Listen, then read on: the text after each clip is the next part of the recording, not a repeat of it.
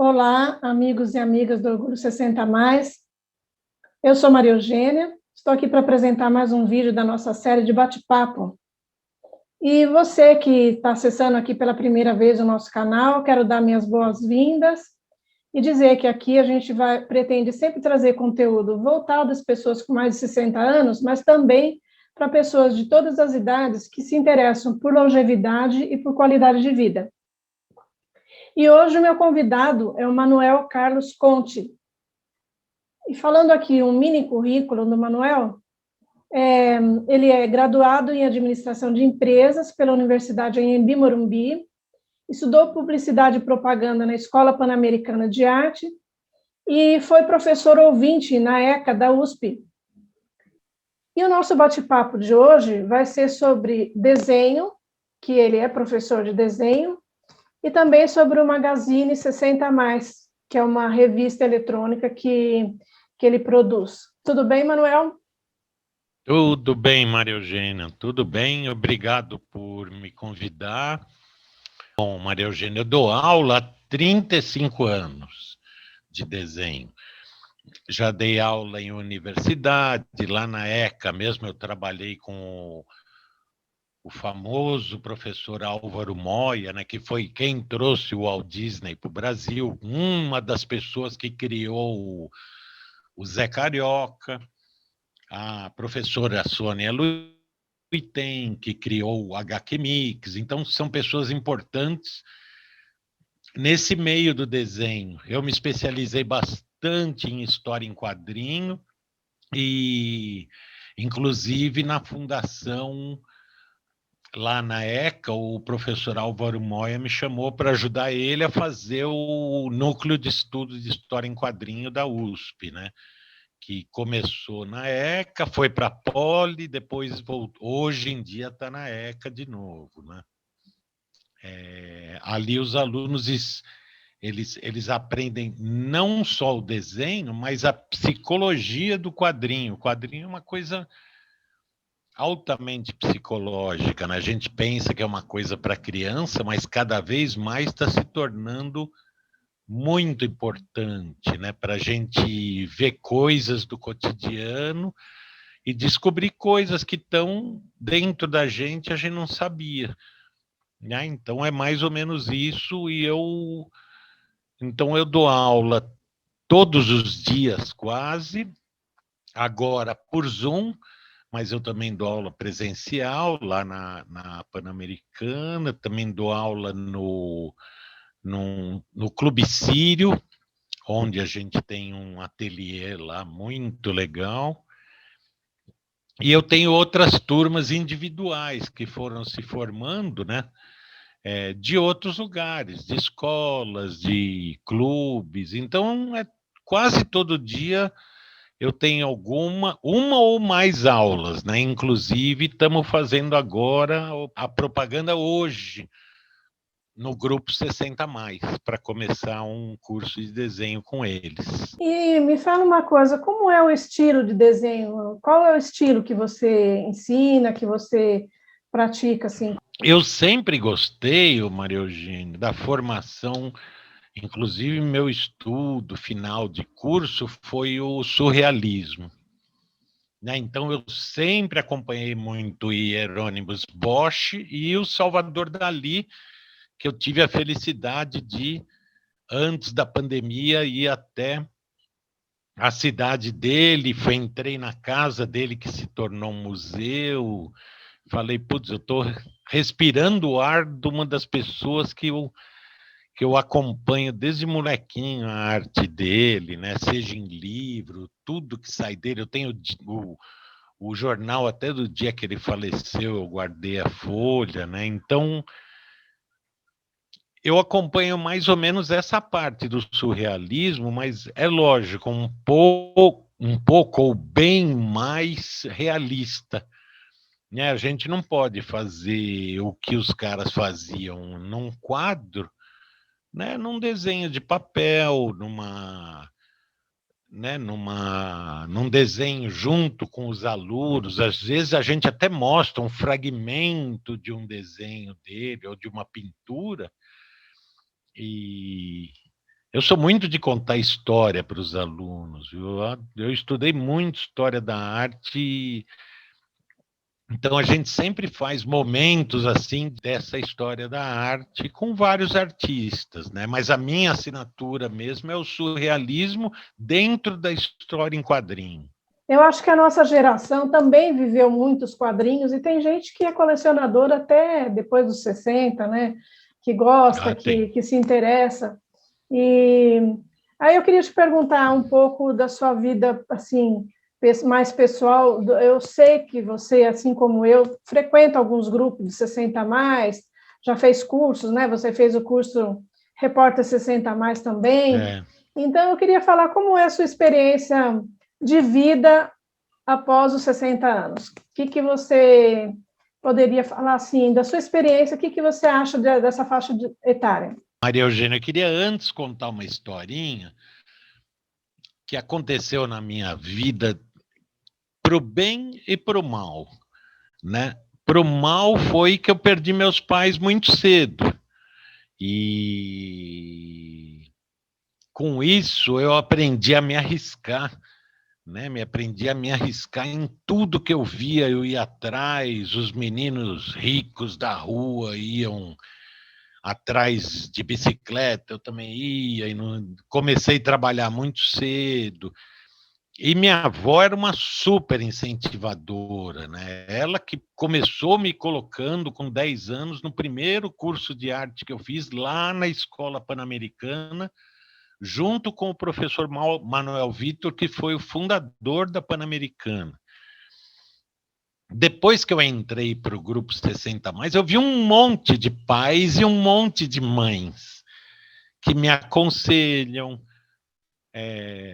que me dizem coisas que eu nunca ouvi, né, de um pai ou de uma mãe. Procura fazer isso assim, procura. Mesmo nesses cursos que eu faço, eu acho bacana quando tem gente mais velha, né, porque às vezes o mais velho, não é o meu caso, mas vê coisa que eu não vejo. Né? A minha cabeça ainda é muito juvenil, né? Como eu lido muito com jovem, até o jeito de eu falar na aula, de eu dar aula, eu tento fazer uma coisa divertida, né, para aprender eles, né? E eu faço oficina na ESPM, na Santa Marcelina, isso, e os caras adoram, lota a classe, todo mundo gosta, né? Com certeza eles vão assistir esse vídeo que nós estamos gravando agora, essa entrevista, apesar deles já saberem tudo da minha vida, né? Tudo. Eu falo muito das histórias da minha avó, que era uma portuguesa super nervosa. Então é isso. O 60 mais me ajudou imensamente, né? Principalmente eu aprender é, coisas assim de retratar o mais velho, o que é mais velho. Então, até um pouquinho do meu traço atualmente tem mudado. Eu tenho feito mais vaso, mais flores, mais coisas bonitas, mais animais, que é coisa que eu não fazia, né? Eu fazia o surrealismo, a briga, a discussão, o preto e branco. Então, com os 60 a mais, eu passei a gostar mais de cores. Tá, eu não sei se você entende, teve uma mudança assim psicológica que é bastante bacana, viu, de aprender com as pessoas que são da minha idade, coisa que eu nunca tinha tido oportunidade. O Manuel Vitor era um professor novo quando eu fui estudar com ele. Eu tinha 10 anos, ele tinha 21. Então a gente era quase irmão, né? E eu fiquei com ele quase todos os anos. Eu acabei ganhando bolsa na Pan-Americana, eu fiz vários cursos lá e acabei indo trabalhar no estúdio dele, a convite dele. Então eu fiquei com ele até ele morrer, mas ele tinha a cabeça igual a minha, né? A cabeça do Frazetta, né? Desses grandes artistas que lidam com o escuro claro, com o nanquim da nossa época. Hoje a gente tem 500 mil materiais, né, que você pode chegar na loja e falar, eu quero o lápis número 1201. O cara te dá um exatamente igual que você está usando. A gente preparava tinta, era uma coisa bem diferente. Então, eu não tinha essa visão assim do que eu podia fazer depois dos 60 e foi o que aconteceu, né? Andando mais com os 60, com o grupo 60 mais. Foi mais ou menos isso que aconteceu, essa mudança. Agora, você teve também uma fase aí da sua vida de problema de saúde que também talvez tenha afetado nessa mudança, né, Manuel? Fala Tive. assim, resumidamente, assim, para a gente. Eu tive uma doença super rara que, em homens, que é um câncer de mama, que 0,2% dos homens no mundo tem isso. Meu médico, quando descobriu, ele até falou: você ganhou na loteria ao contrário, porque é uma agulha no palheiro, né? E não é querer falar de mim, ô Maria Eugênia, mas eu sempre fui uma pessoa boa, sabe? Do bem. Eu nunca briguei, eu nunca chegava tarde em casa, eu respeitava os mais velhos sempre. Minha avó, que me criou, ela falava às vezes: sai um pouco, vai na festa de não sei quem, ou então vai ter baile hoje no clube. Eu falava: não, vó, prefiro ficar desenhando, prefiro ficar lendo. Então sempre fui uma pessoa assim, bem no meu lugar, sabe, querendo o meu mundinho. Depois dessa doença, isso daí evidenciou muito, né? Mas muito mesmo, a ponto de eu virei um chorão, né? Eu virei uma pessoa que, se vê alguém brigando na rua, eu paro e vou separar, sabe? Eu me arrisco, eu não buzino mais, nem carro eu não tenho mais. Eu vendi o carro e prefiro andar de ônibus. Eu converso com todo mundo que senta do meu lado. Eu tento falar coisas boas. Hoje eu me sinto super feliz por fazer essas coisas legais. Eu sempre fiz, mas hoje eu procuro fazer com mais ênfase um pouquinho, tá, Eugênio? É isso. Bom, o importante é que você superou, né, esse seu problema de saúde Superei. e você que é uma pessoa super bem-humorada, né, eu acho que você tira de letra esses percalços, né? Só uma última coisinha, é que quando eu peguei essa doença, como todo mundo, eu fui no Dr. Google, porque eu não tinha a mínima ideia do que era radioterapia. Eu pensei que fosse aqueles negócios de, né, que vem de máquina, assim, uns raios meio azul que pega na gente, queima e, né? Eu sempre, minha vida, minha esposa até fala, você vê tudo em quadrinhos, né? Quimioterapia, então, putz, era um negócio que injetava na gente a me queimar inteiro por dentro, né? E não, então fui lá ver e não achei nada para homem. Tudo que eu achei foi dirigido a mulheres. Então, o que eu fiz? A partir daquele dia que o médico me falou, eu comecei a escrever um diário, tipo um diário de bordo, sabe? Um diário, tudo que acontecia comigo durante o dia. Hoje fui fazer exame tal, o resultado vai sair tal dia, não sei o que lá, a cirurgia foi tal dia, o médico falou, os remédios. Hoje comecei a quimioterapia, tem foto, sabe, da quimioterapia. Eu me divertia, né, fazendo esse álbum e coloquei à disposição na internet. E já tem também um monte de acesso, inclusive gente que me liga, porque tem telefone, tem e-mail, gente que fala, putz, me ajudou muito, né? Ou, como você, eu não tinha ideia do que era, né? E não só homem, como mulher, né? Que a gente pensa, né? Se a gente ouve falar de câncer, radioterapia, quimioterapia, você fala, porra, morri, né? Não vou morrer Se não for agora, vai ser amanhã. Né? Puta, a gente já pensa. Eu não Assusta, pensei né? isso. Assusta, assusta mesmo. Então, esse livro é legal porque ele chama Cicatrizes de uma Vida. Porque a quimioterapia, né, até hoje eu estou tomando quimioterapia oral. Ela afina a pele. E é interessante, Maria Eugênia, é até bom o pessoal já saber que começou a aparecer cicatrizes em mim que eu tinha da época que eu jogava um futebolzinho no clube, que eu ralava o joelho, que eu batia a cabeça num negócio lá da Copenhague, naquele estoldo da Copenhague, ficou uma marca. Tinha sumido tudo isso, com as gorduras da pele, né? A quimio afina. Então é legal que entre um capítulo e outro eu vou fazendo um raio-x meu, tá? Uma tomografia desde a cabeça até o pé. Então eu falo, na minha cabeça eu tenho uma cicatriz, e aí a história vem a parte engraçada, né? Que muitas delas, a maioria, tombo é uma coisa engraçada, né? Bater a cabeça olhando para umas meninas do outro lado da rua é outra coisa engraçada. Então eu conto essas histórias entre os capítulos para não relaxar um pouquinho.